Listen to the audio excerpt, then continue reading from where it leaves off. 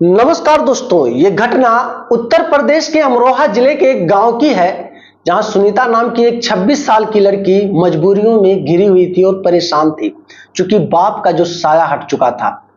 घर पे एक भाई था, नाम विनय था, उम्र 24 वर्ष थी। एक माँ थी जो कि पति के जाने के बाद वैसे ही परेशान थी। इधर दो बच्चों की जिम्मेदारियां, एक बेटी जो कि जवान हो चुकी थी, बड़ी हो चुकी थी, शादी के योग्य हो चुकी थी, और एक बेटा वो भी बड़ा हो चुका था। लेकिन बेटा कोई काम काज नहीं करता था। घर पे जो 2-4 बीघा जमीन थे, उन्हीं जमीन की देख रेख करना, फसलों की कटाई बुआई करना, यही सारे सिलसिले परिवार में चल रहे थे। किसी तरीके से पेट पल रहा था, लेकिन वो विनय अभी तक कोई काम धंधा नहीं कर रहा था। बहन बहुत सारी जिम्मेदारियों को समझ रही थी, लेकिन करे तो करे क्या, मजदूरी कहाँ करने जाए, कैसे हाथ पैर मारे, कुछ समझ में नहीं आ रहा था। घटना दिनांक 13/4/2026 की सुबह करीब 7 बजे से शुरुआत होती है। जैसे सुबह 7 बजता है, सुनीता अपनी माँ से कहती है कि माँ, गेहूं काटने चलना है, आज से ही कटाई करनी है, हम लोग बहुत लेट हो रहे हैं। गेहूं नहीं काटेंगे तो कहीं बारिश हो गई, तूफान आया, पूरी फसल नष्ट हो जाएगी। माँ भी कहती है कि हाँ ठीक है, ये तो बहुत अच्छा सोचा, नहीं तो फसल बर्बाद हो जाएगी तो हम लोग खाने को भी मोहताज हो जाएंगे। अपनी बेटी की बात मानकर उसकी माँ खेत के लिए निकलती है। ये सारी चीजें विनय देख रहा था, उसके भी अंदर एक दरिया दिली जागी। उसने भी गेहूं काटने की चीज को उठाया, अपनी माँ और बहन के साथ खेत में गेहूं काटने के लिए चला गया।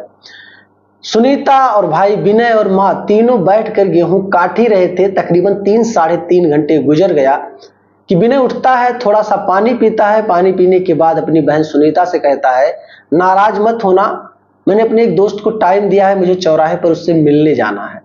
मैं शाम को आऊंगा तो उसके बाद फिर गेहूं काटूंगा। मैं अभी जा रहा हूं, मुझे खाना भी खाना है, मुझे बहुत भूख लगी है।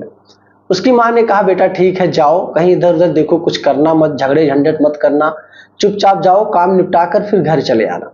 विनय इन सारी चीजों को कहता अपने घर पर आता है। जो उसके घर पे रूखा सूखा बना था उसको खाता है। उसके बाद अपने ही पिता की एक पुरानी मोटरसाइकिल थी, उसको चलाते हुए सीधा चौराहे पर पहुंच जाता है। चौराहे पर दोस्तों से मिलता जुलता है, घूमता टहलता है। इधर इसकी माँ खेत में सुनीता से कहती है कि बेटी चल घर चलते हैं, शाम को काटेंगे, अभी धूप हो रही है, सर भारी भारी सा लग रहा है। सुनीता कहती है, माँ तुम चली जाओ, थोड़ा सा है, 1 घंटा मैं और काट के उसके बाद मैं घर पे आती हूँ, तुम परेशान मत हो, तुम जाओ। माँ अपनी बेटी से कहती है कि चल बेटी, लेकिन बेटी ने तो जिद ही बना लिया, नहीं निकल रही थी खेत से। माँ दबे पांव वहां से चली आती है। आने के बाद अब जो मामला घटित होता है उस सुनीता नाम की लड़की के साथ, वो कुछ अलग ही घटित होता है।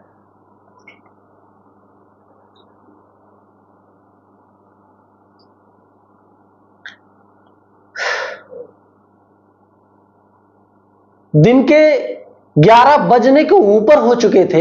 एक अकेली लड़की गेहूं की खेत में थी, उम्र 26 साल था। 3-4 लड़कों ने जब देखा कि एक लड़की गेहूं के खेत में है, तीनों चारों लड़कों ने खेत में आया और लड़की से बातचीत करने लगे। लड़की बिल्कुल कुछ नहीं बोल रही थी, बल्कि गुस्सा ही कर रही थी और कह रही थी, तुम लोगों ने नशा किया है, भंगेड़ी हो, भाग जाओ नहीं मैं शोर करूंगी, तमाम प्रकार की बातें करने लगती है। तब तक एक व्यक्ति उसके ऊपर टूट पड़ता है। टूटने के बाद ये चारों मिल करके उस लड़की के साथ हैवानियत करते हैं। हैवानियत करने के बाद लड़की वहीं पड़ी रहती है खेत में। करीब दिन के 2:30 बज गए, अभी तक लड़की घर नहीं आई। माँ को बहुत चिंता सता रहा था। माँ दौड़ी भागी खेत की तरफ आती है बेटी को देखने के लिए। पता ये चलता है कि बेटी खेत में ही पड़ी हुई है।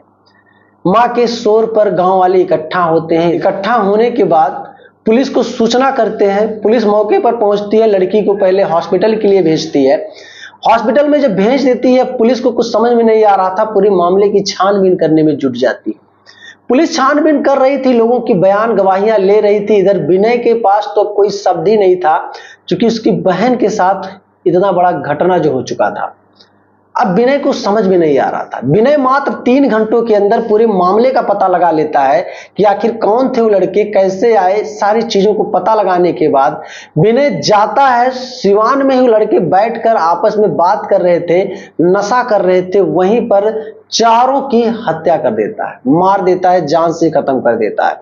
खत्म करने के बाद मामला तो और ही बड़ा बन चुका होता है। अब पुलिस विनय को गिरफ्तार करती है। गिरफ्तार करने के बाद थाने ले जाती है, पूछताछ करती है। विनय ने पूरी कहानी बताई और पुलिस वालों से कहा, साहब कुछ भी कर दो, तुरंत फांसी चढ़ा दो, मुझे कोई फर्क नहीं पड़ता, मेरी बहन के साथ जो हुआ है उसको मैं बर्दाश्त नहीं कर सकता, इस वजह से मैंने जानबूझकर ये चीज की है, मुझसे गलती नहीं हुई है। पुलिस वाले भी हैरान थे, इस भाई को क्या सजा दिया जाए।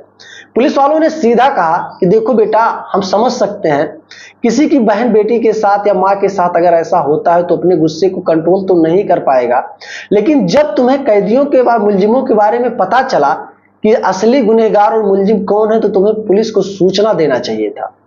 पुलिस उनको गिरफ्तार करती, कड़ी से कड़ी सजा सुनवाती, लेकिन बेटा तुमने तो अपना हाथ ही रंग लिया, अब तुम्हें कौन बचाएगा।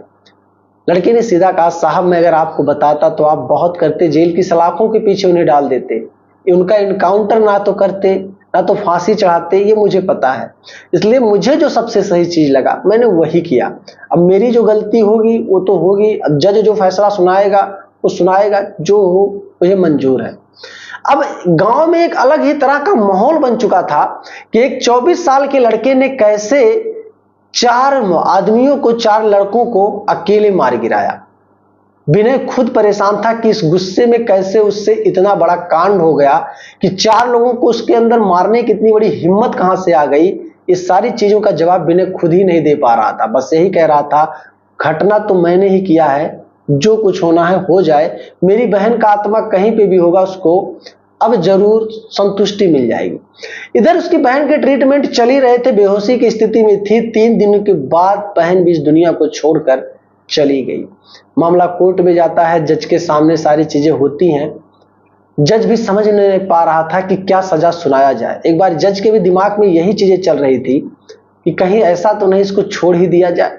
फिर जज सोच रहा था कि अगर छोड़ ही देंगे तो फिर बहुत बड़ा गुनहगार तो मैं खुद हो जाऊंगा, कि इसी गुनाह को देखने के बाद, ऐसी घटनाओं को सुनने के बाद लोग खुद हथियार उठा लेंगे, किसी को कानून पे तो मदद लेना ही नहीं रहेगा। जज ने भी उस लड़के को जेल की सजा सुनाई। जेल में लड़का जाता है, पूरा मामला चलता रहता है। मामला चलने के बाद फिर क्या था, सब लोग अपने अपने घर इधर उधर चले जाते हैं। दोस्तों ऐसी बहुत सारी घटनाएं, बहुत सारी कहानियां घटित होती हैं आज के समाज में। ये मामला सिर्फ उत्तर प्रदेश का नहीं है, बिहार, राजस्थान, एमपी, कई सारे स्टेटों में ऐसी घटना, ऐसी क्राइम होती हैं। तो हमें उस लड़कियों को अवेयर करना, उन लोगों को अवेयर करना है कि सुनसान जगहों पे मत जाएं, कहीं पे भी जाएं फैमिली परिवार के साथ जाएं, ताकि आपके साथ कोई ऐसी भी घटना ना घटित हो। कैसी लगी दोस्तों ये वीडियो, एक बार कमेंट करना, और इस भाई के लिए जरूर कुछ ना कुछ कमेंट करना। क्या इस भाई ने अपनी बहन को इंसाफ दिलाकर सही किया, उन मुलजिमों को मौत के घाट उतार कर सही किया? कमेंट करना। मिलूंगा जल्दी एक शानदार सी स्टोरी को लेकर, तब तक के लिए जय हिंद।